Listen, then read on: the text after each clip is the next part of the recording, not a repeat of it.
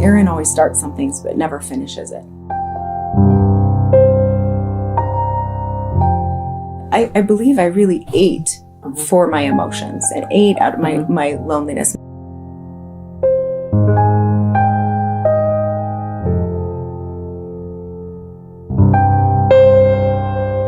We are here today with Erin Harvey, who has had an amazing journey, and we're so excited that you're joining us today. Thanks for coming. Thank you. I'm honored. Thanks. So share with me a little bit about coming up and how you started and what happened in your early days. In my early days, I have been blessed enough with a mom that is tenacious and strong-willed, loving, and graceful. That's awesome. Yes. So she was a great example to me. But what she had to do, she had to do. So she ended up being a single mom, putting herself through school and working full time. And so at that point, I was probably, she did what she could, but I was probably pretty lonely.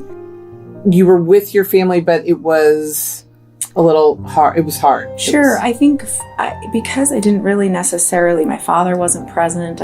My mom did get married when I was 8, so I have a beautiful stepdad at 8. But up until then, I didn't have really that presence there. And I believe I really ate for my emotions and ate out of my loneliness. My grandmother used to have a drawer of candy there, and I remember sneaking the candy. She used to have white bread, Wonder White bread, and she would put sugar on it, and I would dust a bunch of sugar and eat it. And it was either out of boredom, loneliness, mostly loneliness, that I would eat. And so I comforted myself with food. And then what happened? Well, so I continued on my journey. I was raised in a religiously strict home and culture, and continued growing up and really learning a lot about spirituality, but also religion, and having some expectations of the way that I needed to look and live. What was it inside of you that triggered? Yeah, there were things that people said to me. Somebody said something to me that said, Erin, or I heard that they said about me, Erin always starts some things but never finishes it. And I went back to those core values of spirituality, the ones that I knew were truth to me. Yeah. So meditation, prayer, living the love, giving and receiving, all the spiritual laws. And I went back to that core to really find my soul and to find my truth. And I thought, what can I take control of? And I could take control of my weight. So I made a decision. I'm going to enter a 16-week challenge, and I'm going to finish it, and I'm going to upload the after photos regardless of what they look like. So I entered the 16-week challenge. Yeah. I called in for help. I hired a nutrition coach. Okay, so you asked for help. I asked for help. I hired help because I was worth it. I knew at that point I stood strong. I had gotten back together with my ex-husband, and I said, this is how it's going to be. I'm going to go to the gym. I'm going to hire people that I need because I have internal conflicts that need to be resolved, and this is how I'm going to get over them. So I stood strong and asked for help, and I ended up losing 60 pounds. Wow. And I said, I remember I'm a hairstylist, so at age 39, I said to all my clients, I will have the body of a fitness model at age 40. And so I did it. I did at age 40, I did fitness photos. And That's awesome. I remember looking in the camera of the photographer going, that's me? Holy smokes, it was amazing. You are a woman in transition right now. Just walk with me a little bit down the path of this transition.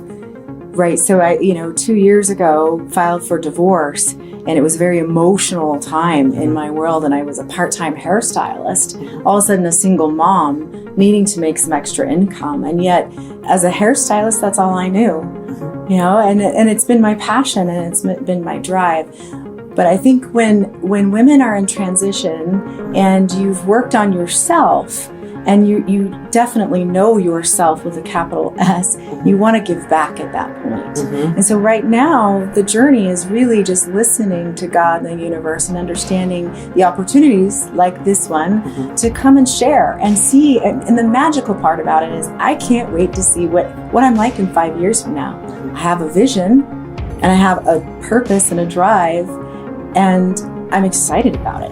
What top 3 pieces are you moving with today that are giving you fulfillment? So definitely the top 3 would be continuing to go to the gym and work out and do that to strengthen my body. eat right on a regular basis with balance, because I believe that you have to be in that level between 3 and 7, did we say, eating right to keep my body healthy, as well as my spiritual practice. Excellent. Excellent.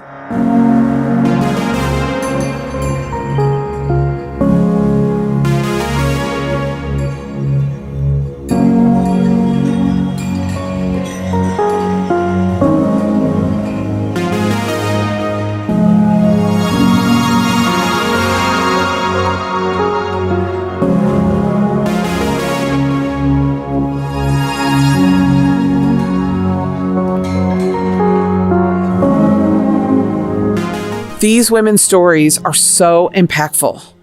Arras Sisters creates opportunities for women.